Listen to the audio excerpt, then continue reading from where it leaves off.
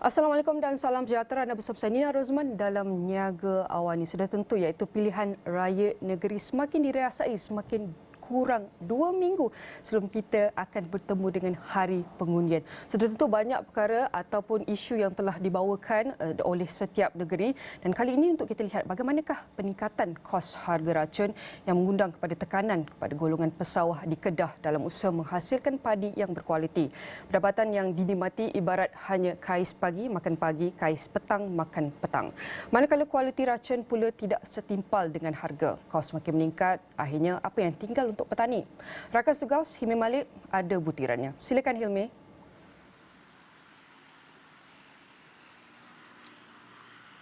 Baik, terima kasih Nina. Langsung di Pusat Penyiaran Asia, saya kini berlintas langsung di Kedah. Berlatar belakangkan jelapang padi, di mana Kedah ini kita terkenal dengan negeri jelapang padi, tetapi di sebalik keindahan, kehijauan kawasan bendang ini yang kelihatan indah, pastinya tersulam sedikit isu-isu yang telah pun disuarakan oleh golongan pesawah di Kedah. Dan seperti yang Nina katakan tadi, isu peningkatan kos dan sebagainya, dan khususnya terhadap penggunaan kualiti racun yang menjadi persoalan di Kedah ini antara isu-isu yang dibangkitkan oleh golongan pesawah. Dalam mereka hendak mencari ataupun menghasilkan padi yang berkualiti, isu seperti peningkatan kos harga racun ini antara yang menghimpit keadaan pesawah-pesawah di Kedah, di mana tekanan semakin dirasai hampir setiap hari. Keadaan ataupun isu peningkatan harga kos racun ini semakin mendadak. Dan kalau kita melihat keadaan dengan harga yang melanda golongan pesawah kita ini, pendapatan sudahlah tidak seberapa, tetapi dihimpit pula dengan keadaan kos yang semakin meninggi. Dan ini yang kita nak lihat bagaimana nasib golongan pesawah kita di Kedah ini untuk mendapat satu pendapatan yang solid. Tapi dalam kerana isu-isu seperti peningkatan harga ini yang sedikit sebanyak saya kira telah pun menjejaskan pendapatan. Kita ambil jumlah mudah. Untuk golongan pesawah, average pendapatan bulanan mereka sekitar RM3,000. Dan mereka perlu menyediakan lagi kos untuk menyelenggara bendang ini RM1,500. Ini tidak lagi termasuk dengan ada golongan pesawah yang menyewa kawasan tanah untuk mengusahakan tanaman padi. Kalau kita kira-kira, baki mereka mungkin tinggal sekitar RM500. RM500 ini anda bayangkan bagaimana mereka nak menyara keluarga. Ada yang anak mungkin 5-6 orang yang perlu ditanggung, atau kita ambil kira juga yang ramai anak yang masih bersekolah. Kalau ada yang sebahagian besar yang sudah mungkin sudah bekerja, mungkin tidak begitu bermasalah. Tapi bagaimana yang mereka yang masih mempunyai anak-anak kecil yang untuk ditanggung? Jadi inilah masalah yang kita perlu lihat, nasib golongan pesawah. Sebab apa yang saya nak tekankan sini adalah apa yang tinggal untuk nasib pesawah jika itu angka yang saya sebutkan tadi hanya yang mereka ada untuk menyara kos bulanan dan sebagainya. Jadi ini antara gesaan ataupun permintaan ataupun kita katakan denyut nadi rakyat di Kedah ini melibatkan golongan pesawah, dan apa harapan mereka terhadap calon-calon yang bakal bertanding pada PRN kali ini agar mereka mampu untuk membela nasib golongan pesawah ini ataupun mencari satu mekanisme bagaimana untuk memantau ataupun menyediakan satu cadangan ataupun garis panduan melibatkan kos racun ini. Kerana ketika ini mereka mengatakan tiada pihak yang memantau berhubung dengan soal kualiti racun ini. Misalnya harga ada yang RM120 untuk beberapa liter, ada juga yang mencecah RM140. Jadi tiada pilihan. Mereka ni sebenarnya tiada pilihan kerana keperluan untuk menggunakan racun itu di bendang sawah ini memang perlu. Jadi nak tak nak memang kena beli.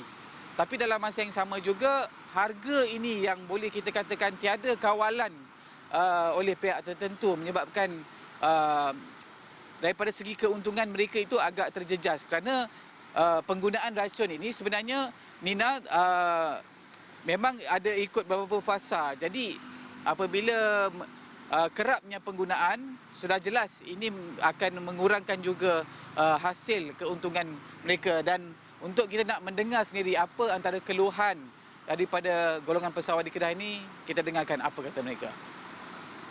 Kos yang amat mendadak. Kami hanya mampu beli ya. Kalau kata keluar satu jenis racun tu sampai 120, 140 untuk kami dapat hasil padi kami yang elok tu, kami terpaksa akur dan kami terpaksa beli. Tapi bila beli, semua gunakan kos, gunakan modal. Bila modal yang kami letak dalam tanah bendang kami tu, tapi tak ada kesan racun yang kita semok tu. Pak Tani ni kami ni dah rasa terlampau teruk sangat dengan perbelanjaan tu. Kita hadapi sekarang ni macam kata rumput sambau dan juga ni keladi agah tu. Petani beli racun kata murah. Dari 1,400 tu dia kata kalau kita cara normal. Kita penjagaan cara normal. Tetapi sekiranya kalau benda tu kita kena repeat, kita kena berganda, bermakna pendapat ni perbelanjaan tu makin tinggi. Bila makin tinggi pendapatan dia, keuntungan dia makin rendah. Itu yang menjadi beban sikit pada petani ini. Pokok punca dia saliran dan parit. Saya ambil contoh kalau di macam Talayak sini lah, yang saluran yang dikeluarkan hanya sekadar 4 kaki di pintu untuk buang ke sungai, ke dalam terusan tu. Tapi air daripada bendang turun lebih daripada 40 kaki. Jadi tak seimbang. Jadi tindakan kerajaan itu patut memberi peruntukan untuk mengubah suaikan saliran-saliran yang telah dibina sejak tahun 1970 tu. Bukan nak kata apa, ada setengah-setengah tempat yang orang panggil apa? Steering.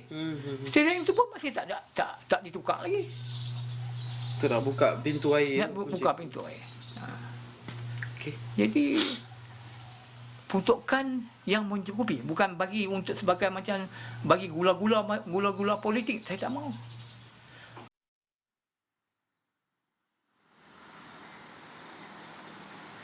Baik, itulah dia antara sedikit sebanyak keluhan yang kami dapat bawakan langsung di Kedah ini, suara-suara yang dikongsikan daripada golongan pesawat sendiri yang pastinya tinggi sebenarnya harapan mereka meletakkan kepada calon-calon yang bertanding apa sebenarnya mekanisme baru yang boleh dibuat, apa langkah-langkah ataupun solusi yang mampu dibawa untuk membawa pendekatan yang lebih baik dalam kita nak membela nasib golongan pesawat ini. Dan realitinya bukan hanya isu racun di sini. Banyak lagi sebenarnya isu-isu melibatkan nasib golongan pesawat ini, misalnya daripada segi penyambung generasi.